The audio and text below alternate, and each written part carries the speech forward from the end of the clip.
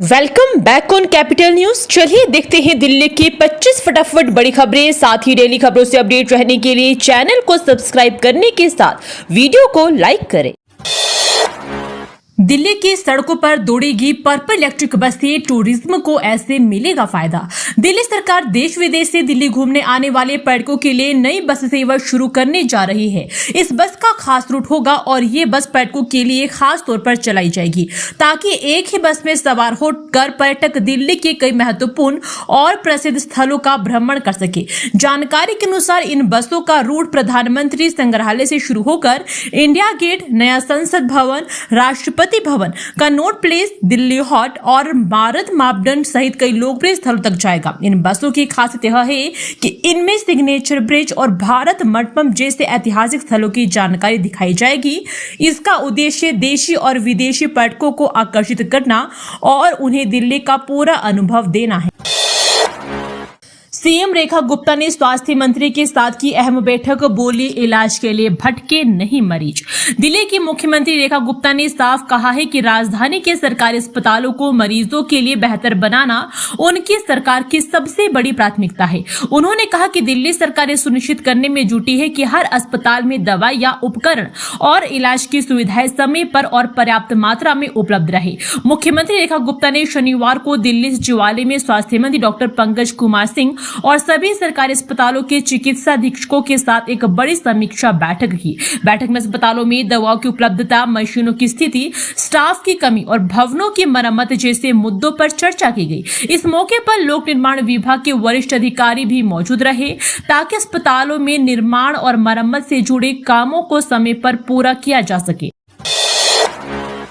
Corona में शहीद कर्मचारियों के परिवारों को दिल्ली सरकार का तोहफा, सीएम ने सौंपे 1-1 करोड़ के चेक। दिल्ली की मुख्यमंत्री रेखा गुप्ता ने कोविड-19 महामारी के दौरान अपने कर्तव्य का पालन करते हुए जान गंवाने वाले 11 सरकारी कर्मचारियों के परिवारों को प्रति परिवार 1 करोड़ रुपए के चेक सौंपे। मुख्यमंत्री ने इस अवसर पर कहा कि केवल आर्थिक सहायता नहीं बल्कि सरकार की तरफ से उनके साहस, सेवा और बलिदान के प्रति कृतज्ञता और सम्मान का प्रतीक है। सीएम रेखा गुप्ता ने कहा कि इन बहादुर कर्मचारियों की निस्वार्थ सेवा और साहस हमेशा दिलों में जीवित रहेगा और आने वाली पीढ़ियों के कर्तव्य, सहानुभूति और समर्पण की सीख देगा। उन्होंने यह भी बताया कि यह दुख किसी भी सरकार द्वारा पूरी तरह से कम नहीं किया जा सकता था, लेकिन यह सरकार की नैतिक जिम्मेदारी है कि वह ऐसे परिवारों को हर संभव मदद प्रदान करे।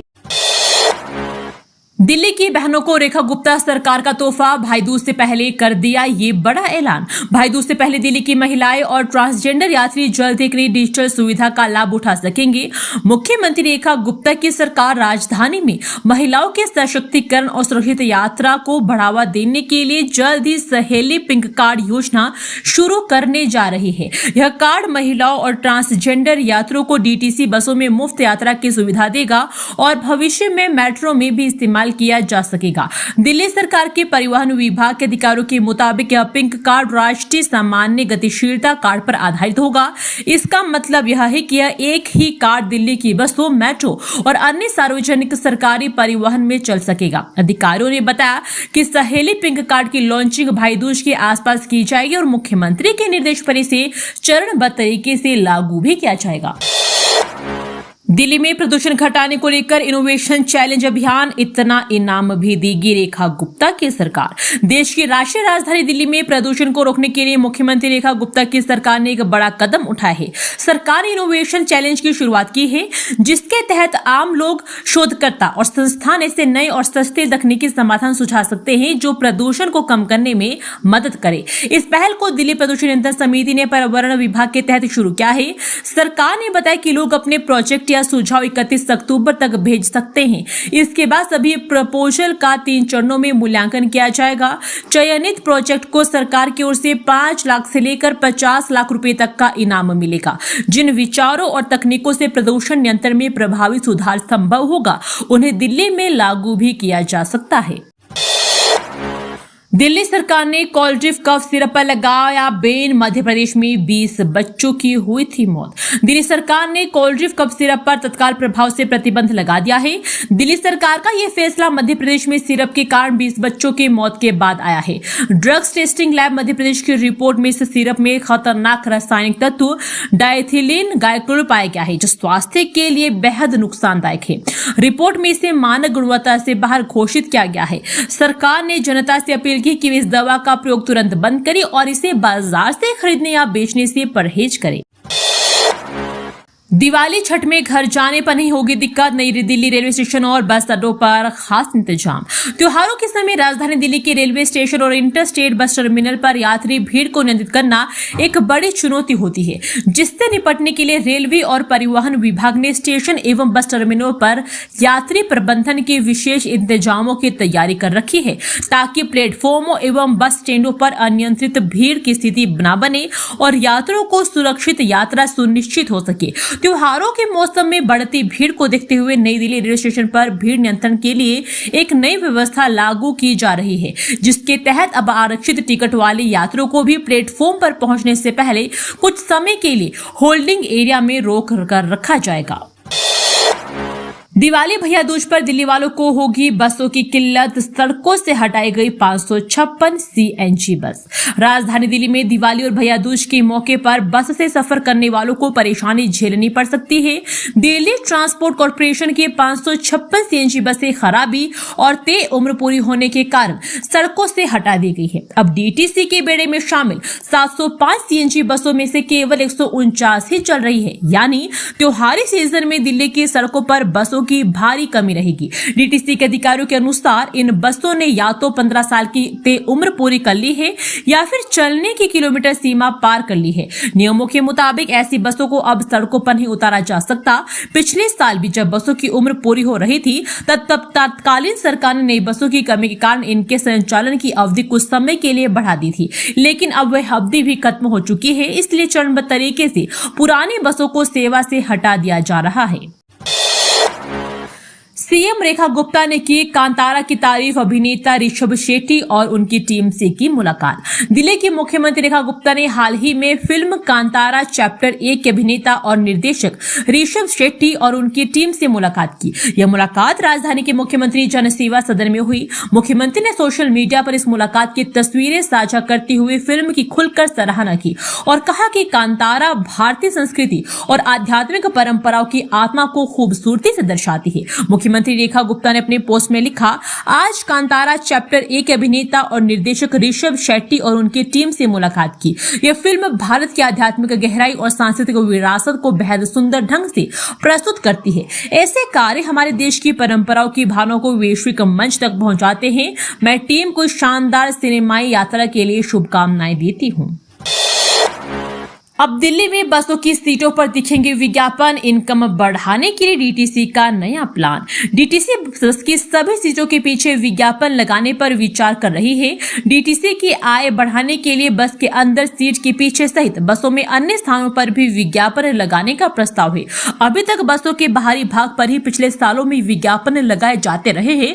अधिकारी इसे आय बढ़ाने का उचित माध्यम बना रहे हैं। डीटीसी बड़े घाटे से जूझ रही है। डीटीसी आय बढ़ाने के लिए टिकट का दाम बढ़ाने की जगह आय के दूसरे साधन बढ़ाने पर फोकस कर रही है। इसके लिए तरह तरह के प्रयोग किए जा रहे हैं।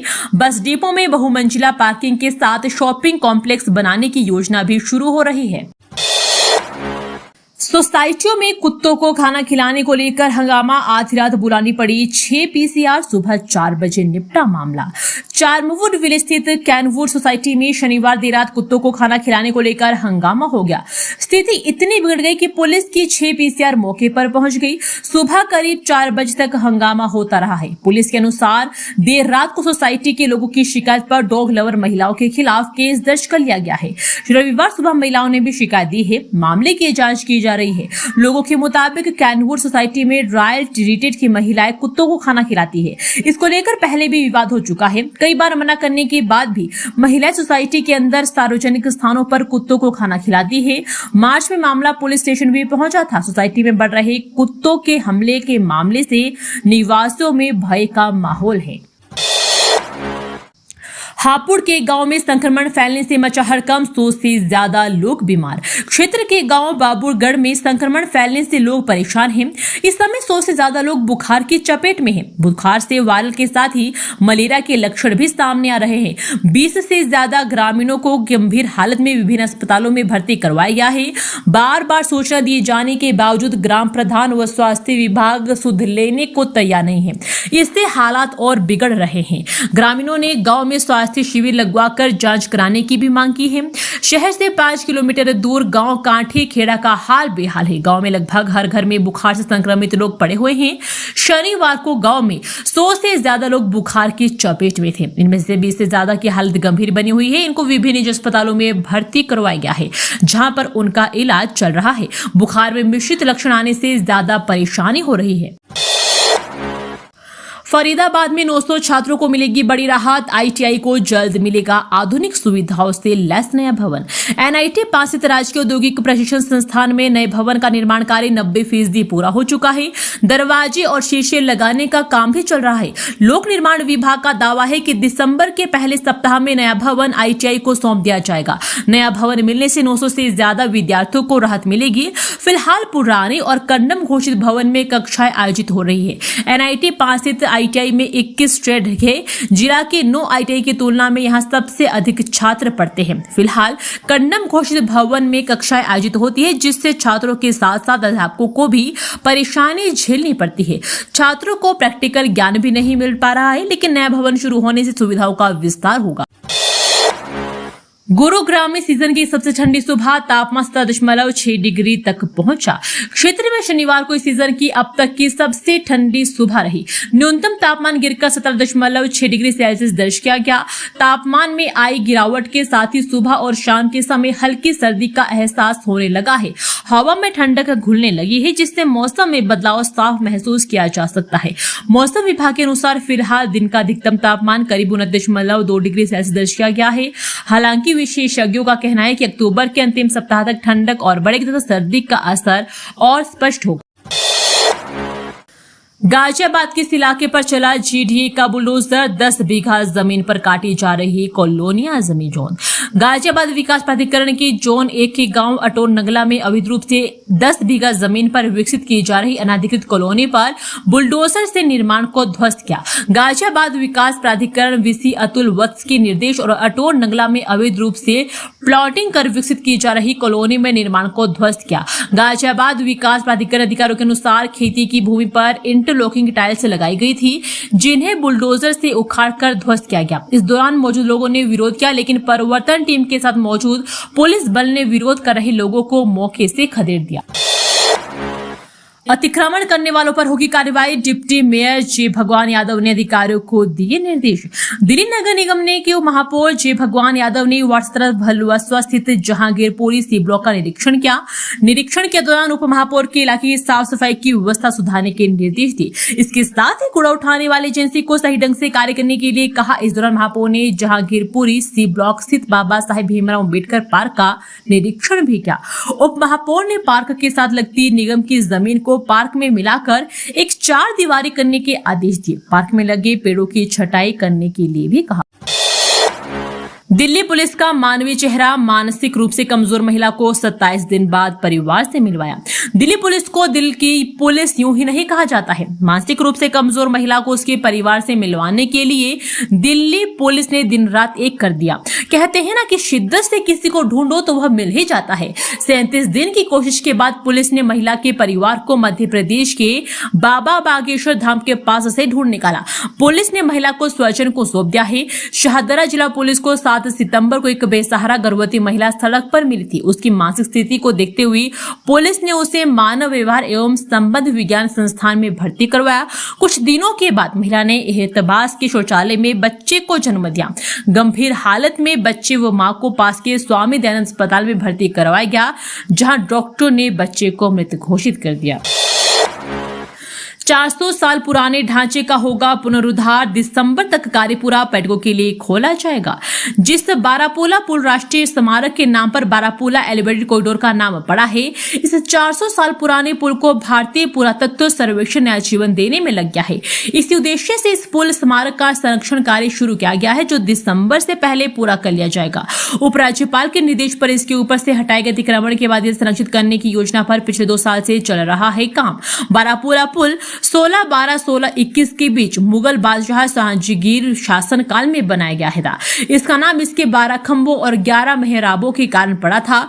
यह कभी दिल्ली का सबसे खूबसूरत पुल माना जाता था, मगर पिछले कई साल से बदहाल स्थिति में है। दिल्ली सरकार लाएगी नई एनिमेशन नीति, युवाओं के लिए खुलेंगी रोजगार के द्वार, रचनात्मक अर्थव्यवस्था को मिलेगा बढ़ावा।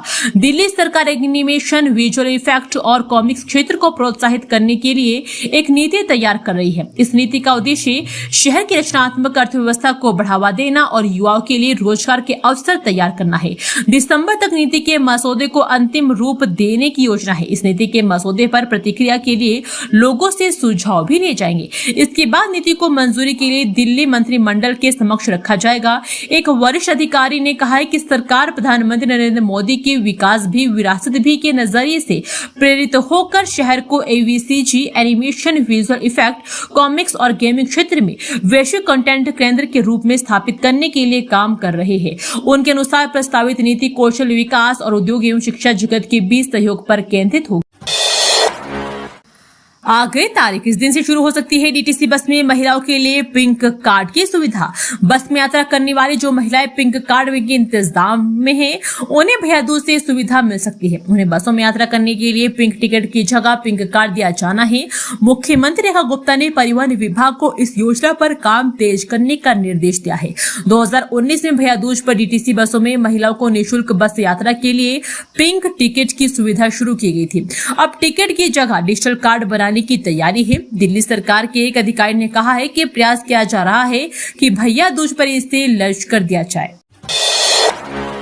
अकासा एयर की फ्लाइट से टकराया पंछी, 3 साल में 1400 से ज्यादा बर्ड हिट के हुए मामले। पुणे से दिल्ली आ रहे अकासा एयर का विमान पक्षी से टकरा गया। विमान की आईजीआई एयरपोर्ट पर लैंडिंग सुरक्षित रही। जानकारी के अनुसार विमान ने सुबह 7:50 पर पुणे से उड़ान भरी थी। यह घटना सुबह 10 बजे एयरपोर्ट पर हुई। अकासा की ओर जारी बयान में कहा गया है कि विमान सुरक्षित उतर गया और सभी यात्रियों को चालक दल के सदस्यों को विमान से उतार लिया गया। अकासा एयर की मार्ग संचालन प्रतिक्रियाओं के अनुसार हमारी इंजीनियरिंग टीम विमान की जांच कर रही है और गहन निरीक्षण के बाद इसे सेवा के लिए छोड़ दिया जाएगा। सूत्रों का कहना है कि इस विमान को दिल्ली में लैंडिंग के बाद गोवा के लिए उड़ान भरनी थी, लेकिन बर्ड हिट की घटना के बाद गोवा की उड़ान के लिए दूसरे विमान का प्रबंध किया गया। नगर निगम उपचुनाव से बदलेगा दिल्ली का सियासी गणित, 12 सीटों पर नवंबर में मतदान संभव। 8 माह से रिक्त पड़ी निगम की सीटों पर जल्द ही उपचुनाव की घोषणा होगी। राज्य चुनाव आयोग की तैयारियां अंतिम दौर में है। सब कुछ ठीक रहा तो अगले माह के तीसरे या चौथे सप्ताह में चुनावों को संपन्न करा लिया जाएगा। इसी बीच चुनाव आयोग ने तय किया है कि 12 निगम की सीटों पर उपचुनाव में नामांकन की तारीख तक मतदाता सूची को ही घोषणा दी जाएगी। चूंकि दीपावली, भैया दूज और छठ पर्व इसी संपन्न हो जाएंगे और इसलिए पूरी संभावना है कि निगम के उपचुनाव की तारीख नवंबर के आखिरी सप्ताह में हो। दिल्ली राज्य निर्वाचन आयोग के अनुसार उपचुनाव की तैयारी के लिए जिला निर्वाचन अधिकारी, चुनाव पर्यवेक्षक, निर्वाचन अधिकारी, सहायक निर्वाचन अधिकारी के रूप में दिल्ली सरकार और नगर निगम के अधिकारियों को नियुक्त किया जा चुका। दिवाली से पहले दिल्ली वालों के लिए आएगी गुड न्यूज, पटाखों पर बैन को लेकर एससी ने कर दी अहम टिप्पणी। दीपावली से कुछ दिन पहले सुप्रीम कोर्ट ने शुक्रवार को कहा कि एनसीआर में पटाखे चलाने पर पूर्ण प्रतिबंध ना तो व्यवहारिक और ना ही आदर्श। प्रतिबंध में ढील देने का संकेत देते हुए शीर्ष अदालत ने कहा कि इससे प्रतिबंधों का अक्सर उल्लंघन होता है, लिहाजा इसमें न्यायसंगत संतुलन की आवश्यकता है। प्रधान न्यायाधीश BR गवई और जस्टिस के विनोद चंद्रन की पीठ ने इसके साथ ही एनसीआर में हरित पटाखों के निर्माण और बिक्री की अनुमति मांगने वाली कई याचिकाओं पर अपना फैसला सुरक्षित रख लिया। केंद्र और एनसीआर के राज्यों की ओर से पेश सॉलिसिटर जनरल तुषार मेहता ने पूर्ण प्रतिबंध हटाने की मांग करते हुए जोरदार दलीलें दी। कहा कि बच्चों को दीपावली और अन्य त्योहारों पर बिना किसी समय सीमा के पटाखे चलाने की अनुमति दी जानी चाहिए। स्वास्थ्य मंत्रालय ने दीपिका पादुकोण को बनाया मेंटल हेल्थ एम्बेसडर। स्वास्थ्य और परिवार कल्याण मंत्री की ओर से संस्था लिव लव लॉक की संस्थापिका व अभिनेत्री दीपिका पादुकोण को देश का पहला मेंटल हेल्थ एम्बेसडर नियुक्त किया गया है। उनकी संस्था देश में मानसिक स्वास्थ्य को बेहतर और सहज बनाने के लिए मंत्रालय के साथ मिलकर काम करेगी। मानसिक स्वास्थ्य के मुद्दे को लेकर 2 दिन पहले उन्होंने दिल्ली में केंद्रीय स्वास्थ्य और परिवार कल्याण मंत्री जेपी नड्डा से मुलाकात की थी। केंद्रीय मंत्री जेपी नड्डा ने कहा कि दीपिका पादुकोण के साथ यह पार्टनरशिप भारत में मेंटल हेल्थ के मुद्दों के बारे में जागरूकता फैलाने, इन विषयों पर आम चर्चा को बढ़ावा देने और मेंटल हेल्थ को पब्लिक हेल्थ का एक अहम हिस्सा बताने में मदद करेगी।